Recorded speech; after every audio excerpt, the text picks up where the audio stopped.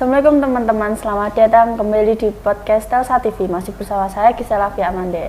Nah, kemarin kan kita sudah podcast dengan salah satu guru nih. Kita membahas putar pilih kasih. Sekarang kita podcast sama salah satu anggota OSIS baru. Bisa perkenalan dulu? Hai teman-teman, nama saya Brevia Faizah Mulyono dari 10I, berada di SEI Politik. Nah, nih, kalau boleh tahu SEI Politik itu membahas apa, menangani apa ini? Kalau SEI Politik itu biasanya menangani LDK, MPLS, Pemilos, ada tambahan juga kayak seminar. Kalau jadi SEI Politik itu gampang atau susah ya menurutmu? Gampang-gampang susah ya, soalnya kan pasti banyak juga yang harus kita kayak revisi, ini nanti kedepannya gimana, gitu sih Kak.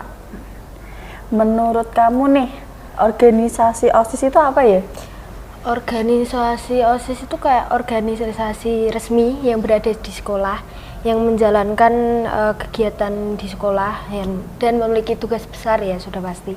Kayak kelas meet, MPLS, seminar. Pasti seru ya? Ya, seru-seru enggak sih. Kenapa kamu ingin menjadi pengurus OSIS? Alasan utamanya itu ya buat melatih jiwa kepemimpinan kita dan meningkatkan rasa tanggung jawab yang ada, dan sudah pasti saya ingin bertemu lebih banyak orang di luar sana, entah yang berada di dalam sekolah ataupun di luar sekolah. Kan OSIS pastinya ada proker-proker nih. Yeah. Nah, kayak di jabatan kamu kan pasti juga banyak proker kan. Kalau misalnya proker itu tidak terlaksanakan, yang kamu lakukan apa?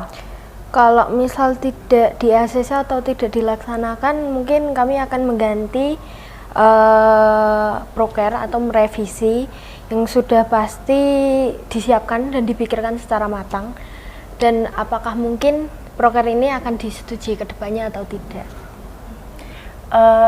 Banyak nggak proker yang nggak di ACC nih sama kepala sekolah? Kalau masalah di ACC mungkin banyak ya. Kalau untuk saat ini belum tahu ya, soalnya kan saya lagi rencana nih. Kalau menurut saya mungkin kalau yang tidak di ACC, yang dananya sedikit banyak, bisa sampai jutaan gitu kan, emang cari sponsor, harus di ACC. Kepala sekolah juga kan harus ada alasannya ini untuk apa ke depannya. Kamu kan udah masuk OSIS nih, pasti kan ada tambah-tambahan kegiatan yang bentrokan sama pelajaran kamu. Cara kamu memanage waktu antara kegiatan OSIS kamu sama belajar kamu itu gimana? Kalau untuk saat ini sudah kewalahan ya rasanya, soalnya kan kemarin baru saja kelas meet, terus masih bahas yang lain untuk kedepannya. Kalau untuk memilah antara belajar atau kegiatan OSIS, biasanya kami memiliki jadwal. Hari ini kami memprioritaskan OSIS atau belajar. Kalau misal hari ini ada rapat OSIS yang lumayan penting, mungkin kami akan memprioritaskan OSIS tersebut. Tapi kalau hari itu misal ya tidak ada rapat yang begitu penting atau saja sebentar saja cuman bahas apa gitu, biasanya kami lebih memilih belajar ya, soalnya kan demi masa depan juga, kita OSIS juga demi jiwa kita sendiri. Kalau belajar kan untuk kedepannya. Berarti harus pintar-pintar memanage waktu antara belajar sama organisasi ya? Sudah pasti. Di OSIS kan pastinya juga ada peraturan-peraturan kan. Nah,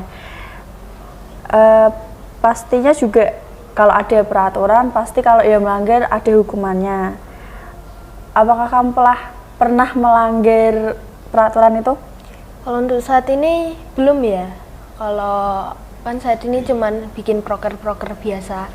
Kalau hukuman sih paling ini ya, kalau misal kita sering nggak berangkat rapat, kita paling disuruh jadi pemimpin di suatu acara, entah MPLS ataupun Pemilos gitu, untuk melatih tanggung jawab kita yang mungkin tertunda di sebelumnya. Kalau misal sudah parah membocorkan sesuatu yang mungkin tidak boleh dibocorkan, rahasia, ya itu pasti bisa saja dikeluarkan dari OSIS sih. Oh iya, iya.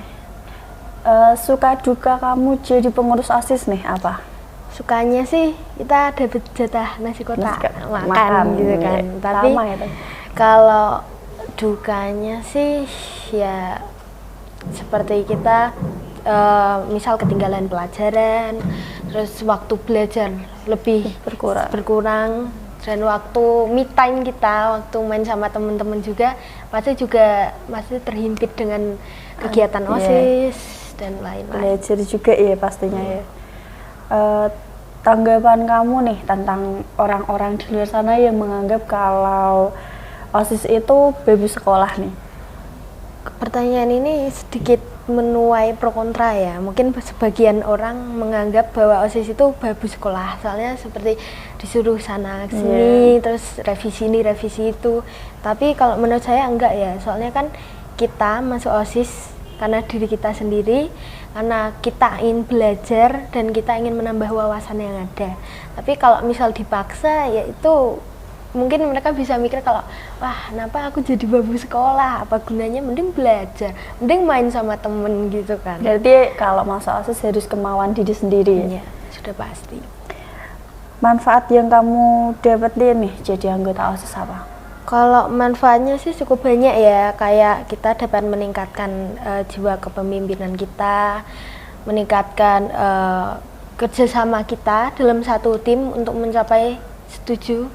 Dan sudah pasti kita dapat belajar ini ya, bertanggung jawab lebih dalam suatu pekerjaan, dan itu kita dapat melakukan itu juga ke depannya di masa depan. Entah saat kerja, misal kita diberi sesuatu pekerjaan, maka kita harus bertanggung jawab atas kerjaan itu sendiri.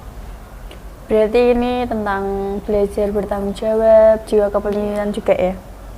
Nih, pertanyaan terakhir buat kamu, pesan dan kesan buat orang-orang yang di sana nih, di luar sana. Kalau pesan dan kesannya sih cuman kita harus selalu giat belajar ya, dan jangan sering membolos, karena di luar sana banyak orang yang ingin belajar tetapi terhalang oleh ekonomi keluarganya dan posisi rumahnya yang sedikit mungkin masuk ke pedalaman, dan akses jangkauan pendidikan itu sedikit ya. Dan juga tambahan saya sih, ingat jangan pikirin perkataan orang lain, karena mereka hanya menilai dari luarnya, bukan dari diri kita asli.